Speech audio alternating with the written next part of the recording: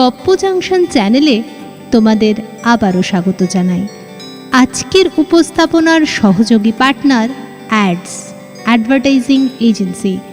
বিস্তারিত জানতে ডেসক্রিপশনে দেওয়া লিঙ্কটিতে ক্লিক করো। কর্মসূত্রে আমাদের অনেককেই ঘর ছেড়ে অনেক দূরে থাকতে হয়। বদলির ব্যবস্থা করলেও সবসময় যে তা হয়ে ওঠে এমনটা নয়। যদি এমনটা হতো যে ঘরের পাশের শাখাতেই আমাদের বদলি হতো, তাও আবার মিউচুয়ালি, তাহলে কেমন হতো? এরই পরিপ্রেক্ষিতে শুরু করছি আজকের উপস্থাপনা। শুভ মানস ঘোষ রচিত মিউচুয়াল। আর কি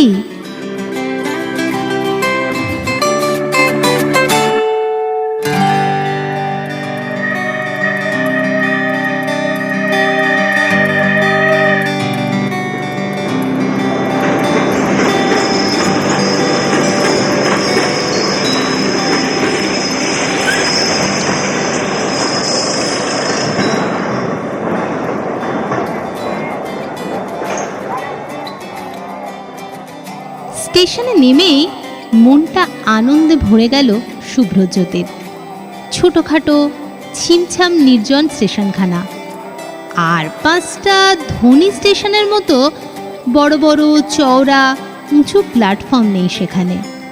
নেই কোনো প্ল্যাটফর্মের শেড, দোকানপাটও নেই, ওভারব্রিজ, এমনকি যাত্রীদের ঠেলাঠেলিও সেরকম চোখে পড়ে না।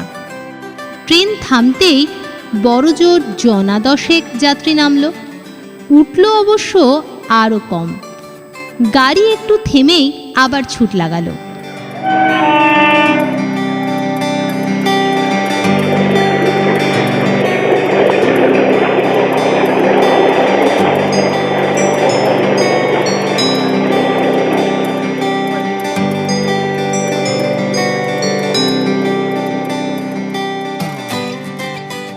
মিনিট কয়েক পর স্টেশন পুরো ফাঁকা, একেবারে যাকে বলে শুনশান। শুভ্রজ্যোতি কাঁধের ঝোলা থেকে ছাতা বের করে মাথায় দিল। বড় বড় গাছে ছেয়ে আছে স্টেশনখানা। মৃদুমন্দ ঝিরিঝিরি বাতাসে কাঁপছে গাছের পাতা। কোকিল তারস্বরে ডেকে ডেকে উঠেছে। স্টেশনের বাইরে শালুক আর পদ্ম ফুলে ভরা বিশাল একখানা ঝিল। তারপরেই নির্জন সবুজ বনের বুক চিরে পাক খেয়ে অদৃশ্য হয়ে গেছে রাঙা মাটির পথ। আহা, কি অসাধারণ জায়গাটা!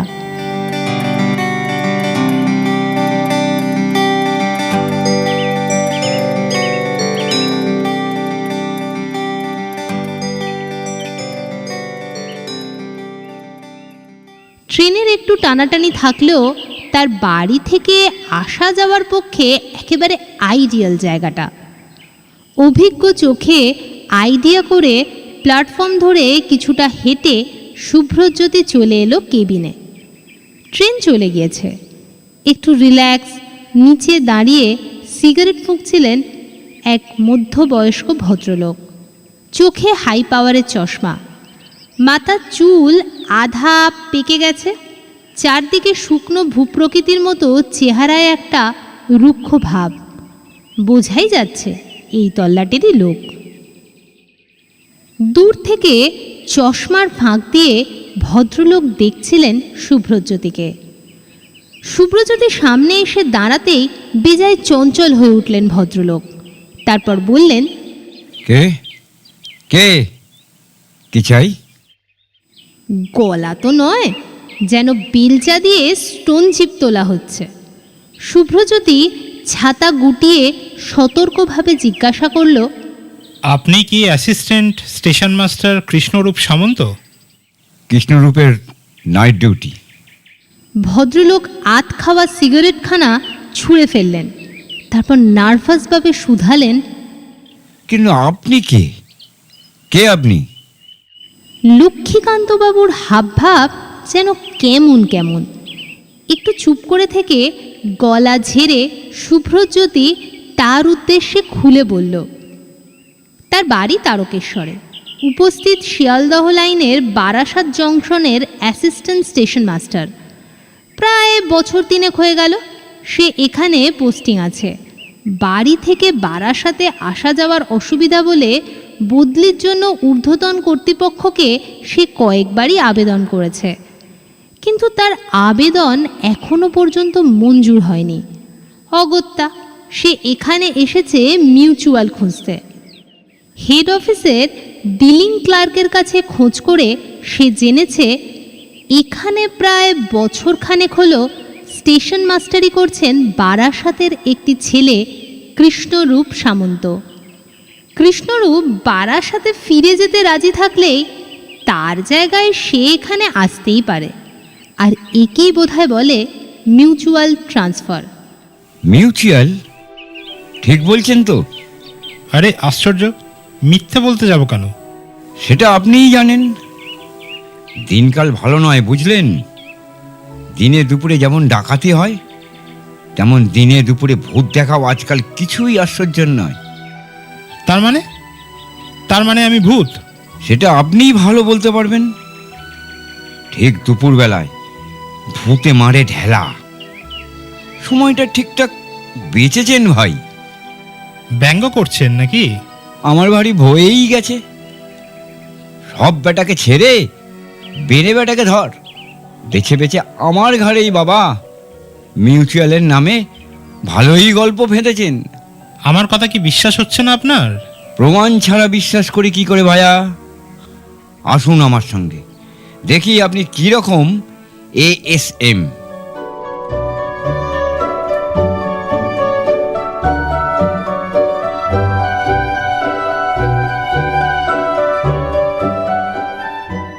কথা শেষ করে ভদ্রলোক সিঁড়ি বেয়ে তত্তর করে ওপরে হাঁটা লাগালেন।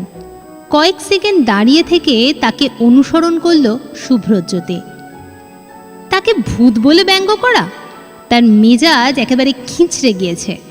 ভদ্রলোকের সঙ্গে একটা ফায়সালা না করে সেও যাবে না। লক্ষ্মীকান্তবাবু কেবিন ঘরে এসে চেয়ার টেনে বসে ছোট একটা টুল শুভ্রজ্যোতিকে দেখিয়ে দিলেন আর বললেন, বসুন। লক্ষ্মীকান্তবাবু, যা বলার তাড়াতাড়ি বলুন। আমার হাতে কিন্তু বেশি টাইম নেই, আমাকে আবার কৃষ্ণরূপের সাথে দেখা করতে হবে। ছোট স্টেশনের সঙ্গেই মানানসই তার ছোট কেবিন ঘর।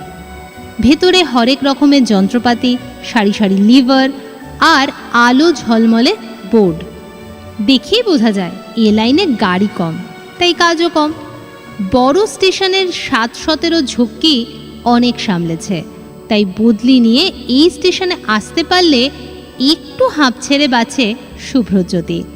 কিন্তু ভদ্রলোকটিকে যা দেখছে তাতে তার চিন্তা ধরে যাচ্ছিল। পাগল নাকি সন্দেহবাতিক ঠিক বুঝে উঠতে পারছিল না শুভ্রজ্যোতি। লক্ষ্মীকান্তবাবু চোখ কুঁচকে শুভ্রজ্যোতিকে দেখছিলেন, তারপর বললেন, কয়েকটা প্রশ্ন করব আপনাকে। যদি ঠিকঠাক উত্তর দিতে পারেন বুঝবো আপনিই জেনুইন পার্টি, সত্যিকারের ASM। কয়েকটা মানে? জাস্ট 3টে, সবগুলোই রেলের ওপর। তবে তার আগে অন্য একটা প্রশ্নের উত্তর দিন তো। এখানে আসতে চাইছেন কেন? এখান থেকে বাড়ি যাতায়াত করতে পারবেন বলে, না অন্য কোনো কারণ আছে? না, অন্য কারণ নেই, বাড়িই মেন কারণ। তাহলে বলি, বাড়ির সুবিধা ছাড়া এখানে আর একটাও সুবিধা পাবেন। এখানে কাজ নেই বললেই হয়। সারাদিনের ট্রেন মাত্র 7 জোড়া। ব্যাস মাত্র? আরও কম চান নাকি? যাকগে, প্রথম প্রশ্ন, ওয়েস্ট বেঙ্গলে কোথায় পরপর 3টে স্টেশন 3টে ডিস্ট্রিক্টে? এটা তো ভেরি ইজি। ইস্টার্ন রেলওয়ের রাজচন্দ্রপুর, বালিঘাট ও দক্ষিণেশ্বর। প্রথমটা হুগলি, পরেরটা হাওড়া আর তারপরেরটা কলকাতা ডিস্ট্রিক্টে। রামচন্দ্রপুরের পরে তো বালিঘাট নয়, মাঝে বালি হল্ট আছে। আপনার তো জানার কথা লক্ষ্মীকান্তবাবু, halt station is not a station. Very good. Next question, বলুন কোন স্টেশনে একই দিনে দুবার অ্যাক্সিডেন্ট হয়েছিল? হ্যাঁ, ঘটনাটা রিসেন্টলি ঘটেছে, সাইথিয়ায়। বাঁচালেন। লাস্ট কোশ্চেন, উত্তরটা ঠিক হলেই ফুল মার্কস পেয়ে যাবেন। জানবো আপনি আর যাই হন ভূত নন। আবার ভূত? যাই হোক, ঠিক আছে, বলুন। বলুন, ভারতের কোন স্টেটে রেলপথ নেই? এবার থমকে গেল সুব্রজ্যোতি। প্রশ্নটা চেনা, কিন্তু উত্তরটা চট করে মনে পড়ল না তার। মাথা চুলকোতে শুরু করলো। তারপর বলল, এটার উত্তরটা আমি জানতাম, কিন্তু এই মুহূর্তে আমার মনে পড়ছে না, ভুলে গেছি। দপ করে মুখটা অন্ধকার হয়ে গেল লক্ষ্মীকান্ত বাবুর। ভয়ার্তভাবে বললেন, ভুলে গেছি বললে হবে না ভাই, বলতে হবে আপনাকে। না বললে বুঝবো আমার উপর রাগ মেটাতে আমার ঘাড়ে চড়তে এসেছেন আপনি। সন্দেহ বাতিক টাতিক নয়, একেবারে যাকে বলে বদ্ধ পাগল। আর কথা না বাড়িয়ে শুভ্রজ্যোতি উঠে পড়ল। চলে যাচ্ছেন? কি সর্বনাশ! আরে আমার প্রশ্নের উত্তরটা দিয়ে যান ভাই। ধর, এখন এখানে থাকা মানেই আমার সময় নষ্ট। হাতে বেশি সময় নেই, ঘন্টাখানিক পরেই ফেরার ট্রেন। আরে আবার সেটা মিস করলে আজ তো আর বাড়িয়ে ফেরা হবে না আমার। আর দাঁড়ালো না শুভ্রজ্যোতি। জাস্ট একটা আসছি বলে কেবিন থেকে বেরিয়ে সিঁড়ি ভেঙে নেমে এলো। লক্ষ্মীকান্তবাবুর প্রশ্নটা চিন্তা করতে করতেই ছাতাটা মাথায় দিয়ে একটু হেঁটে চলে গেল স্টেশনের বাইরে। ঝিলের ধারে মাথার ওপর রাধাচূড়া গাছের ছায়া, আর তার নিচে হলুদ ফুলের কার্পেট বিছানো মনোরম এক টুকরো জায়গা। সেখানে পাশাপাশি দাঁড়িয়ে একই সাইজের আর একই করণের পরপর 4টে রেল কোয়ার্টার্স, আর তারই একটার সামনে কয়েকজন গ্রাম্য লোক খাটিয়া পেতে বসেছিল। তাদের কৃষ্ণরূপের কথা জিজ্ঞাসা করতেই তারা দূরে একটা কল দেখিয়ে দিল। দেখা গেল একজন কল টিপছে, আর তার তলায় বসে স্নান করছে এএসএম কৃষ্ণরূপ।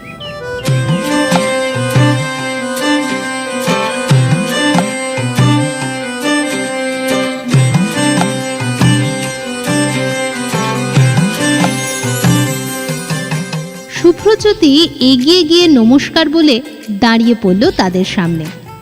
কৃষ্ণরূপ স্নান করতে করতেই কলের নিচ থেকে মাথা তুলে শুভ্রজ্যোতির পরিচয় জানতে চাইল। কৃষ্ণরূপ তারই বয়সী, বারাসাতের ছেলে হলেও এখানে থেকে থেকে গায়ের ফর্সা রং জ্বলে গিয়েছে, মুখে চোখেও কেমন দেহাতি ছাপ পড়ে গিয়েছে। স্টেশন মাস্টার হয়েও খোলা জায়গায় বসে মজাতেই সে স্নান করছে। এখানে আসতে পারলে তারও এইরকমই একটা আনন্দের জীবন হতে পারে। শুভ্রজ্যোতির বড় লোভ হতে লাগলো। সে নিজের পরিচয় ও আসার উদ্দেশ্য খুলে বলল কৃষ্ণরূপকে। আরে দাঁড়া দাঁড়া দাঁড়া, আর জল ঢালিস না, দাঁড়া দাঁড়া দাঁড়া দাঁড়া। এ কি বলছে, দাঁড়া, শুনতে দে শুনতে দে। হ্যাঁ, কি বললেন? মিউচুয়াল? লোকটি কল টিপছিল, কিন্তু থেমে গেল। কৃষ্ণরূপ ভেজা লুঙ্গি সামলে উঠে দাঁড়িয়ে শুভ্রজ্যোতিকে লোকটার পরিচয় দিল। এ হচ্ছে রতন, আমাদের স্টেশনের পোর্টার। বাহ, রেলের সংসার বেশ ভালোই পেতেছে কৃষ্ণরূপ। শুভ্রজ্যোতি হেসে ফেলল। কৃষ্ণরূপও হাসছিল। হাসতে হাসতেই বলল, এখানকার লোকজন ভারী সিম্পল, বুঝলেন? এদের সঙ্গে থেকে থেকে আমিও এদের মতো হয়ে গেছি। আমাকে দেখে নিশ্চয়ই অবাক হচ্ছেন। না না, তা কেন, ভালোই তো। বলছেন? তবে আরো বলি, শুধু লোকজন ভালো না, এখানকার পরিবেশও ভারী ভালো। শান্ত নিরুপদ্রব জায়গা, ঝুট ঝামেলাও নেই। এই মজা ছেড়ে আমি কোথাও যাচ্ছি না মশাই, অসম্ভব অসম্ভব। শুভ্রজ্যোতির সমস্ত আশা ও উৎসাহ যেন ধপ করে নিভে গেল। কি বলছেন মশাই? একেবারে অসম্ভব? ঠিক তাই, স্টেশন দেখেও তো বুঝতে পাচ্ছেন, কাজের এখানে কোনো প্রেশার নেই। বলতে গেলে আরামের চাকরি। এসব ছেড়ে যায় কখনো? মাথা খারাপ। শুভ্রজ্যোতি দমেও গেল। একটু চুপ করে থেকে কৃষ্ণরূপকে বোঝানোর চেষ্টা করলো। কিন্তু আপনি তো বারাসাতেরই ছেলে, আমার সঙ্গে বদলাবদলি করলে ঘরের দোরগোড়ায় বসে ঘরের খেয়ে আপনি চাকরি করতে পারতেন। আমার পক্ষেও তাহলে একটু সুবিধা হতো। ভেরি সরি শুভ্রবাবু, আমার পক্ষে যাওয়া সম্ভব না, একদমই সম্ভব না। আর একটু ভাবুন না কৃষ্ণরূপ বাবু। প্লিজ শুভ্রবাবু, আমি শান্তিতেই আছি, দয়া করে আমাকে আর শহরের ঘিঞ্জি পরিবেশ আর চিৎকার চেঁচামেচির মধ্যে টানবেন না। এখানে আপনাকে আবার কে পাঠালো কে জানে। স্টেশন ম্যানেজার আপনাকে কিছু বলেননি তো? উত্তরে Shubhrajyoti on duty ASM Lakshmikanta গড়াইয়ের কথা বলল। শুনে কৃষ্ণরূপ বেশ চঞ্চল হয়ে পড়ল। ভদ্রলোকের কাছে যে যাওয়া তার একদমই ঠিক হয়নি এ কথাও জানিয়ে দিল। ভদ্রলোক ঠিক সুস্থ নন, বুঝলেন। ইদানিং তার মাথায় ভূতের বাতিক চেপেছে। আসলে মাস তিনেক আগে এক রাতে তিনি যখন ডিউটি করছিলেন, সেই সময় এই স্টেশনে একটা অ্যাক্সিডেন্ট হয়। খান 10 লোকও মারা যায়, বুঝলেন। অ্যাক্সিডেন্ট মূলত সিগন্যালের দোষে হলেও ভদ্রলোকের মাথায় কী করে যেন ঢুকে যায়, তারই দোষে এই অ্যাক্সিডেন্ট। তাই যারা মারা গিয়েছে তারা তাকে ছাড়বে না, তার ঘাড় মটকাবেই মটকাবে। তারপর থেকেই সবসময় ভয় ভয়ে থাকেন, দিনে দুপুরে যখন তখন ভূত দেখেন। এতক্ষণে সমস্ত ব্যাপারটা পরিষ্কার হলো শুভ্রজ্যোতির কাছে। ব্যঙ্গ ট্যাঙ্গ নয়, লক্ষ্মীকান্তবাবু সত্যি সত্যিই শুভ্রজ্যোতিকে ভূত ভেবে বসেছিলেন। তার জন্যেই তো বোধহয় ওই রকম বিচিত্র আচরণ আর ওরকম অদ্ভুত অদ্ভুত প্রশ্ন করছিলেন। ভাবতে ভাবতেই আচমকা তার প্রশ্নের উত্তরটা মাথায় চলে এসেছে। আর দাঁড়ালো না সে, কৃষ্ণরূপের কাছ থেকে বিদায় নিয়ে হাঁটতে শুরু করলো। নমস্কারের প্রত্যুত্তর দিয়ে কৃষ্ণরূপ আবার এসে পড়ল কলের নিচে। সস্নেহে হুকুমের সুরে পোটারকে বলল, এই হ্যাঁ হ্যাঁ করে কি শুনছিস আমার কথা? এই পিঠটাকে ভালো করে ঘষে দে, দে দে ভালো করে ঘষ, এখানে জ্বালিয়ে দিয়ে ঘষ ঘষ।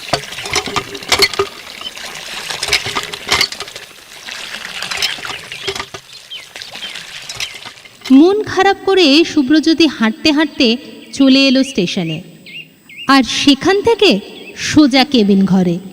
লক্ষ্মীকান্তবাবু তখন কানে টেলিফোন গুঁজে ট্রেনের খোঁজ নিচ্ছিলেন। শুভ্রজ্যোতিকে দেখে বিশালভাবে চমকে গেলেন। হাত থেকে খসে পড়ল রিসিভার। চেয়ার ছেড়ে উঠে দাঁড়িয়ে চিৎকার শুরু করলেন, আবার এসেছেন আপনি? ভূত! বলতে বলতে ভদ্রলোক ঠকঠক করে কাঁপতে লাগলেন। কপালে ঘাম জমে উঠল। হাত জোর করে মিনতি জানিয়ে বললেন, বিশ্বাস করুন ভাই, অ্যাক্সিডেন্টে আমার কোনো হাত ছিল না, আমি কিছু জানি না। আরে দাঁড়ান দাঁড়ান দাঁড়ান, আপনার অত চিন্তা নেই, আমি ভূত নই, অরিজিনাল মানুষ। আপনার প্রশ্নের উত্তরটা আমার এখন মনে পড়েছে, তাই আমি জানাতে এলাম। মনে পড়েছে, শিগগির বলুন, বড্ড ভয় করছে ভাই। তাহলে শুনুন, ভারতবর্ষে সম্ভবত মেঘালয় রাজ্যে কোনো রেলপথ নেই। একদম ঠিক, একদম ঠিক। থ্যাংক ইউ ভাই, থ্যাংক ইউ, মেনি থ্যাঙ্কস। ভূতের বাপেরও সাধ্য ছিল না এতগুলো প্রশ্নের ঠিকঠাক উত্তর দেয়। আমি 200 নিশ্চিত আপনি রিয়েলি এএসএম। লক্ষ্মীকান্তবাবুর কপালের ঘাম মুছে শুভ্রজ্যোতিকে সাদরে আসন গ্রহণ করতে বলে কৃষ্ণরূপের খবর জানতে চাইলেন। আর খবর বসার ইচ্ছাও হলো না শুভ্রজ্যোতির। গম্ভীর মুখে সবটা খুলে বললেন। শুনতে শুনতে লক্ষ্মীকান্তবাবুরও মুখ থমথমে হয়ে উঠল। বললেন, কৃষ্ণরূপ বলল একথা? সব ফাঁকিবাজ, গেঁতোর দল, কাজের নামে গায়ে জ্বর আসে। ছেড়ে দিন ওকে। আপনি রাজি থাকলে আমি যেতে পারি আপনার জায়গায়। আপনি?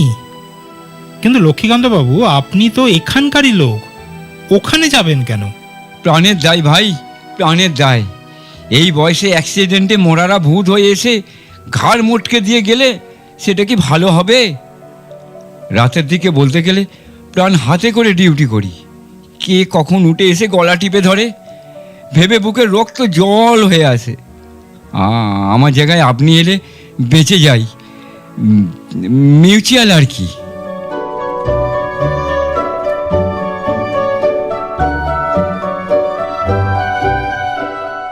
আনন্দে শুভ্রজ্যোতির মনে হলো যেন ধেই ধেই করে নাচে, হা হা করে হাসে।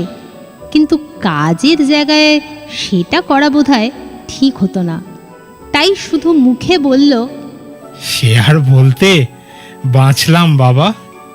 থ্যাংক ইউ লক্ষ্মীকান্তবাবু, থ্যাংক ইউ সো মাচ।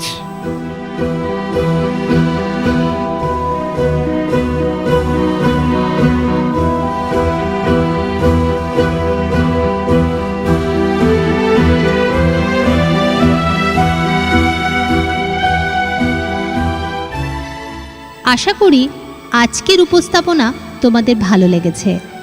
আমাদের উপস্থাপনা যদি তোমাদের ভালো লেগে থাকে তাহলে অবশ্যই চ্যানেলটিকে সাবস্ক্রাইব করতে ভুলো না কিন্তু। আর হ্যাঁ, তোমাদের বন্ধুবান্ধবদের সাথে তা শেয়ার করতেও ভুলো না। তোমাদের এইটুকু প্রচেষ্টাই তো আমাদের আরও ভালো কাজ করতে উদ্বুদ্ধ করে। তাহলে আজকে এখানেই শেষ করলাম, ফেরত আসবো আবার আগামী সপ্তাহে।